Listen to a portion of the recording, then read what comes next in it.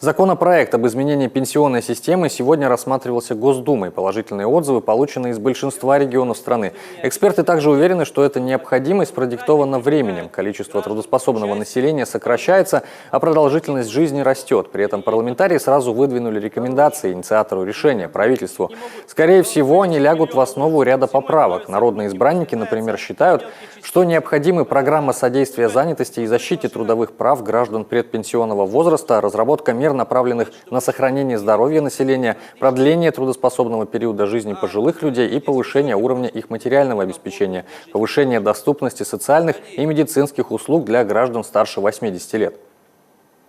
Нисколько не сомневаюсь, что будут поправки, и особенно мы будем очень внимательно готовить постановление в первом чтении, и там постараемся отразить. Но в частности мы говорим, чтобы защитить пожилых трудящихся, чтобы работодатель их уволить не мог. Обсуждаем льгота для работодателей по налогам, чтобы у него был стимул, то есть снизить налоговую нагрузку, но имеется в виду в тот же пенсионный фонд отчисления по этим трудящимся. Деньги на переобучение, и мы будем настаивать уже, чтобы мы это увидели в бюджете 19-20-21, и чтобы регионам эти деньги ушли, чтобы регионы начали переобучать.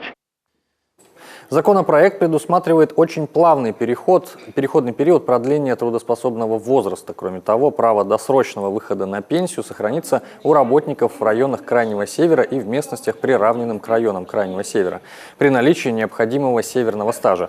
Женщины, родившие 2 и более детей при наличии северного стажа, выйдут на пенсию в 50 лет. Законопроект сохраняет также привилегии медикам, педагогам, творческим работникам, оленеводам, промысловикам, рыбакам, а также работающим во вредных и тяжелых условиях. Парламентарии отмечают, сегодня речь идет прежде всего о росте благосостояния граждан, и впереди у них целый комплекс мер по организации занятости населения старшего возраста.